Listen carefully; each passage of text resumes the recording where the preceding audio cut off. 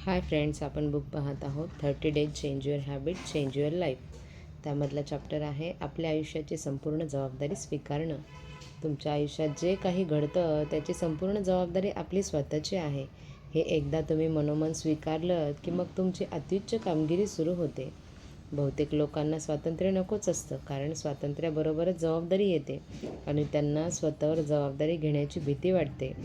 तुमच्या आयुष्याच्या बरे वाईटपणाला केवळ एकच व्यक्ती जबाबदार आहे. ती व्यक्ती म्हणजे तुम्ही स्वतः. तुमचा बॉस, जोडीदार, पालक, मित्र, तुमच्याकडे कामासाठी येणारे लोक, अर्थव्यवस्था, हवामान यापैकी काहीही तुमच्या स्थितीला जबाबदार असू शकत नाही. तुम्ही फक्त तुमच्या आयुष्यासाठी जबाबदार आहात. ज्या दिवशी तुम्ही याबाबत इतरांना दोष देणं थांबवाल त्याच दिवसापासून बदल घडायला सुरुवात होईल. आपल्या आयुष्याची जबाबदारी आपण घेणं म्हणजेच आपल्या आयुष्याचं नियंत्रण आपल्याकडे घेणं. आपल्या आयुष्याचा आपणच नायक बनणं. अशी जबाबदारी आपण एकदा का स्वीकारली की आपण परिस्थितीचे बळी राहत नाही, तर आपल्याला हवी ती परिस्थिती घडवण्याची ताकद आपल्यात येते. किमान परिस्थितीला कसं यशस्वीपणे तोंड द्यायचं हे ठरवण्याची क्षमता निश्चितच निर्माण होते. तुमच्या आयुष्यात काय घडत आहे यापेक्षा तुम्ही त्याला प्रतिसाद कसा देत आहात याला जास्त महत्त्व आहे. तुम्ही आयुष्याकडे कोणत्या दृष्टिकोनानं बघता त्याला जास्त महत्त्व आहे. आणि कोणत्या दृष्टिकोनातून आयुष्याकडे बघायचं याची निवड सर्वस्वी तुमच्याच हातात असते. समजा तुम्ही तुमच्या आयुष्याच्या स्थितीबद्दल इतरांना दोष देत असाल, तर मग तुम्ही तुमचं आयुष्य सुधारण्यासाठी या सर्वांमध्ये बदल घडवावे लागतील, नाही का? आणि इथे मी तुम्हाला सांगते की इतरांमध्ये आपल्याला हवे तसे बदल घडून येणं हे अशक्य आहे. तुमच्या आयुष्यातल्या अप्रिय गोष्टी बदलण्यासाठी तुम्ही तुमच्या विचारात, कृतीत, भावनांमध्ये बदल घडवू शकता. मग परिस्थिती तुमच्या हातात येते. तुम्ही नायक बनता. तुम्ही काय बोलायचं, कोणाशी मैत्री करायची, आपल्या वेळा कशात व्यतीत करायच्या हे पूर्णपणे तुमच्या हातात आहे. मग तुम्हाला हवं ते निवडा ना. दुसऱ्याच्या वागण्याला प्रतिक्रिया देऊ नका, तर दुसऱ्याच्या वागण्याला प्रतिसाद द्या. प्रतिक्रिया आपोआप होते, प्रतिसाद मात्र विचारपूर्वक देता येतो. तुमचं आयुष्य स्वतःच्या हातात घेतलं की एक भयंकर परिणाम होतो. परिस्थितीबाबत ज्याला दोष देता येईल असं कोणी शिल्लकच राहत नाही. साधारणपणे आपल्या परिस्थितीबाबत तक्रार असणारी व्यक्ती नेहमी दुसऱ्याला दोष देत असते. पण हे लक्षात घ्या की त्या परिस्थितीबाबत तुम्ही स्वतःची जबाबदारी स्वीकारलीच पाहिजे. सगळं दुसऱ्यावर ढकलून कसं चालेल? तुमचा खरोखरच काहीच दोष नाही का त्यात? विचार करा बरं.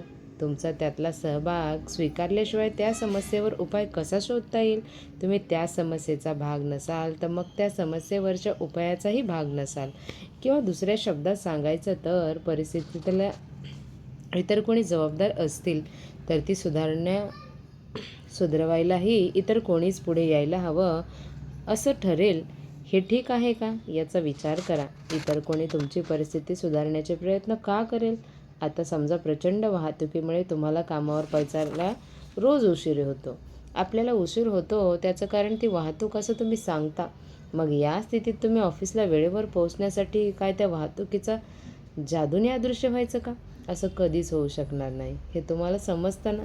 मग तुम्ही वेळेवर पोचावं यासाठी वाहतुकीत वाया जाणारा वेळ गृहीत धरून तुम्ही त्याप्रमाणे तुमची निघण्याची वेळ पुरेशी अलीकडे आणणं हाच उपाय आहे. मग हे तुमच्याच हातात आहे. अगदी त्याच प्रकारे तुमच्या आयुष्यातल्या प्रत्येक स्थितीबाबतचं समाधान तुमच्याच हातात आहे. त्यामुळे पुन्हा एकदा सांगते, आजूबाजूच्या परिस्थितीचा तुमच्यावर क्षणोक्षणी होणारा परिणाम कसा असेल हे जरी तुमच्याच हातात नसलं तरी त्याला तोंड कसं द्यायचं हे नक्की तुमच्या हातात आहे. आपण परिस्थितीचे बळी आहोत असं मानणारे बळी मनोवृत्तीचे लोक नेहमी दुसऱ्यांना दोष देत असतात. भूतकाळ उगाळत बसतात आणि भविष्यात काहीतरी चमत्कार होऊन दुसरे लोक परिस्थिती बदलेल आणि आपल्या आयुष्यात सुधारणा होईल अशी अपेक्षा करत राहतात. मात्र आपल्या परिस्थितीला आपणच जबाबदार असतो. हे समजलेल्या नायक मनोवृत्तीच्या व्यक्ती मात्र आपल्यासोबत कसं वागलं की ती समस्या सुटेल त्याचा विचार करतात आणि त्याचप्रमाणे वागतात. भूतकाळाचा वापर हे लोक एखाद्या धड्यासारखा करतात. त्यातली शिकवण लक्षात ठेवतात आणि वर्तमानात जगतात. भविष्याकडे नजर लावून नव्हे, तर सगळ्यात महत्त्वाचा प्रश्न की जेव्हा आयुष्य तुमच्यापुढं आव्हानं उभी करतं तेव्हा तुम्ही कोणती कृती करणं निवडता? तुम्हाला बळी मनोवृत्तीचं व्हायचं आहे की नायक मनोवृत्तीचं? महात्मा गांधी यांनी मोठं अर्थपूर्ण विधान केलं आहे. तुम्ही जोपर्यंत मुभा देत नाही तोपर्यंत कुणीही तुमच्या आत्मसन्मानाला धक्का पोचू शकत नाही. त्यासाठी तुम्ही स्वतःला काही प्रश्न विचारणं गरजेचं आहे की तुमच्या परिस्थितीसाठी तुम्ही सध्या कुणाला दोष देत आहात. तुमचे पालक, तुमचे बॉस किंवा तुमचा जोडीदार का तुमचा मित्र? तुमच्या आयुष्याच्या सद्यस्थितीबाबत दुसऱ्यांना दोष देणं तुम्ही थांबवलं तर काय होऊ शकतं? परिस्थितीचा बळी बनणं थांबवलं तर काय होईल? बळी असणं तुम्हाला मनापासून आवडतं का? बळी असण्यानं काही फायदा होतो का? सहन करणं थांबवून परिस्थिती बदलण्याचा कृतिशील निर्णय तुम्ही घेतलात तर काय होऊ शकतं? तुम्ही काय बदलू शकता? तुम्ही बदल घडवायला कधी सुरुवात करू शकता? याची सुरुवात तुम्ही कोणत्या पद्धतीने कराल?